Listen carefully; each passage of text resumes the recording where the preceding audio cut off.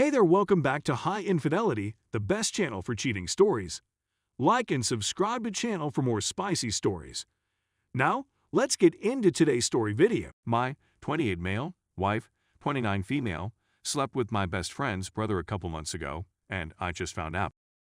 Please be advised that this will be a lengthy article. So I've been married to my wife for a little more than a decade. We met in high school, began dating, and eventually married after college. We are one another's first and only romantic connection. In general, we've had a really good connection. We seldom argue, we still enjoy spending time together, and we are unquestionably great friends. Until lately, marriage had been simple and joyful. She sat me down one evening in November to chat about our life. We've never been very active in the bedroom, but it's never been a major issue. She's always told me that she's not a person, and I've always respected that. It's fantastic when we have. There are no concerns there, but she informed me that night that she lost all passion/desire for me. She was kind about it, but she didn't sugarcoat it. She said that she just does not want it anymore. I assured her that I was aware of her situation. I was wounded, no sure, but I felt that this was a normal occurrence in a relationship that had lasted since high school, especially because none of us has ever had relations with another individual. To some degree, I still believe that. To cut a long story short, we discussed for a couple of hours and decided that this was not good news for our marriage. We didn't make any major choices that night, but we decided to take some time to think and reflect before having another chat in a few weeks. When that time arrived, she informed me that there were several things I needed to work on that would help her regain some desire. It all came down to the fact that I wasn't making her a priority enough, and I hadn't made her feel beautiful, unique, or appealing in a long time, and she was correct. I'll confess it. As a result, I made it my aim to work on it. And everything went off without a hitch. After a few weeks of focused effort, our life rekindled. Actually, it's better than ever.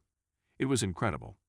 Hooray for forthrightness and self-improvement exclamation then, 2 nights ago, I discovered a slew of text messages that I wasn't meant to view. It was my wife's birthday, and we'd gotten a little tipsy with some friends. She eventually went to bed, and I remained up a little later. When I went to bed, I discovered that my phone had died and that my charger was in another room. I assumed I'd borrow her phone to set my AM alarm since I was too drunk and lazy to go fetch it. I grabbed it, saw that she had received a text from my best friend's brother, who lives a few hours away, and was at a loss for words. We last saw him at my best friend's wedding about 8 months ago, and I remember my wife mentioning that she always thought he was pretty, which wasn't a huge thing at the time. We're always honest about that type of stuff, but I had no clue they texted each other. I assumed it was a happy birthday SMS, but I wasn't certain. I debated whether or not to open it for a few moments. I've never been a snoop, and I'm not fond of the thought of reading her messages, but this seemed strange. Maybe it was the wine, but I had the feeling things wasn't quite right. As a result, I opened it. It was a happy birthday message. To save this narrative from growing much longer, I'll simply say that I discovered a 2-month-old exchange of SMS and photos. The language and images were of an adult nature and rather graphic. I deduced that they met and up in December, when she was in his town visiting an old buddy. They didn't seem to have since then, but they were on a regular basis. I contemplated if I was dreaming for nearly 5 minutes before concluding that I was awake. Enter a new level of agony and nausea that I've never felt before. With my judgment impaired by bourbon, I decided to rouse her up and confront her. She began by denying everything, but she was still extremely inebriated, half sleeping, and not making much sense. When she awoke a little more, she acknowledged to everything, confirmed what I had deduced from the writings. Then she spent some time criticizing me, claiming that my previously acknowledged lack of marital priorities had drove her away. Throughout the chat, I was a screaming jerk, calling her I'm genuinely sorry of my actions that night. But if you've never unintentionally discovered your high school sweetheart turned clear wife's adultery, it stinks. We chatted again yesterday, when we were both sober. It was still a bad talk, but it was a little more polite. She accepted responsibility, apologized sincerely, and told me to do whatever I needed to do. The problem is that I have no notion what I want to do. So, like many others before me, I've come here to seek her counsel. She had to go on a business trip for a few days, which is really very excellent timing since I don't want to be around her right now, and I'm just sitting here wallowing in self-pity and pondering what to do next. I adore this lady with all of my heart, yet I also despise her right now. What would you do is my query to you all. Divorce seems to be a simple solution, but I can't get my head around it just now. People come back after infidelity, don't they? Is she really a nasty person who I need to break away from and focus on restarting my life? I'm not sure. I'm at a loss. This is the worst scenario I've ever been in, which, on the bright side, makes me glad for how simple my life has been, and I'm at a loss for what to do. Thank you for taking the time to read this.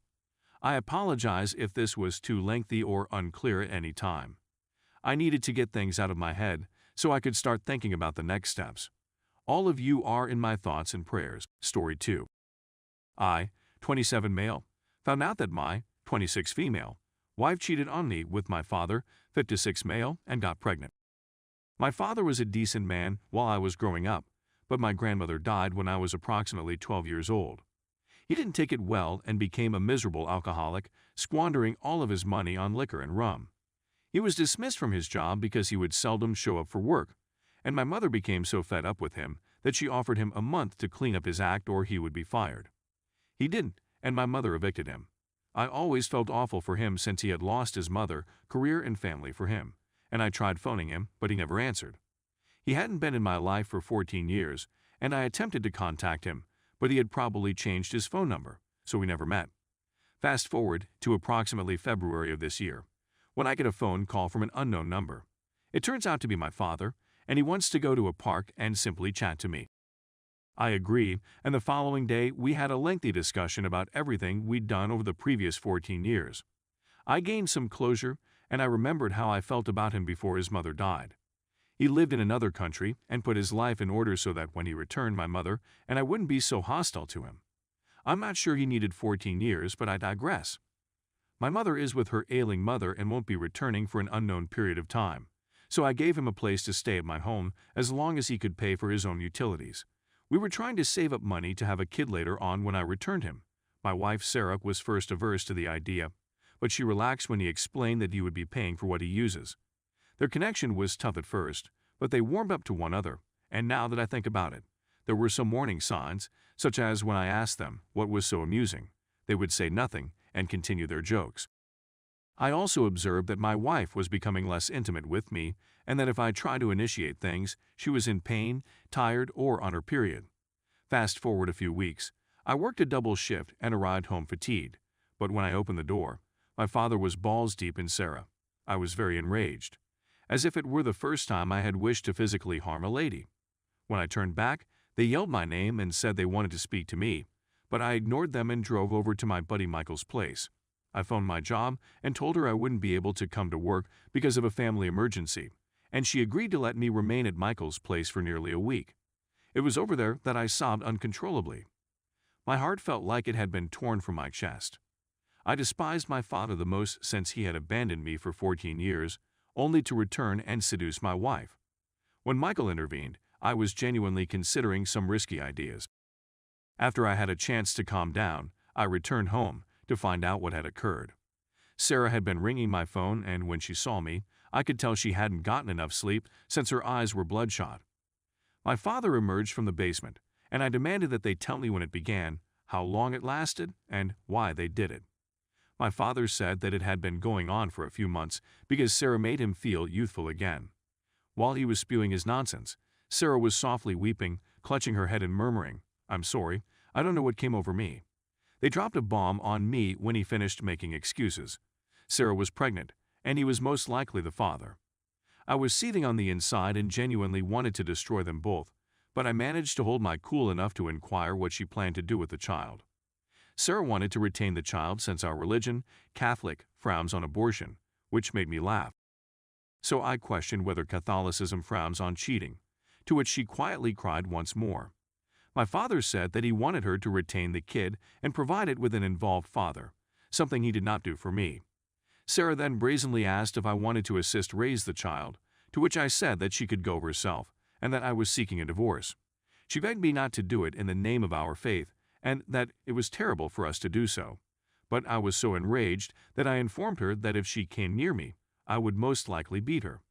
My father urged me to do it for the sake of our rekindled friendship, and I told him to off as well. I'm feeling ill in my stomach. Sarah and my father have been bombing up my phone, pleading for forgiveness and imploring me to rethink everything, but I have placed it on D&D.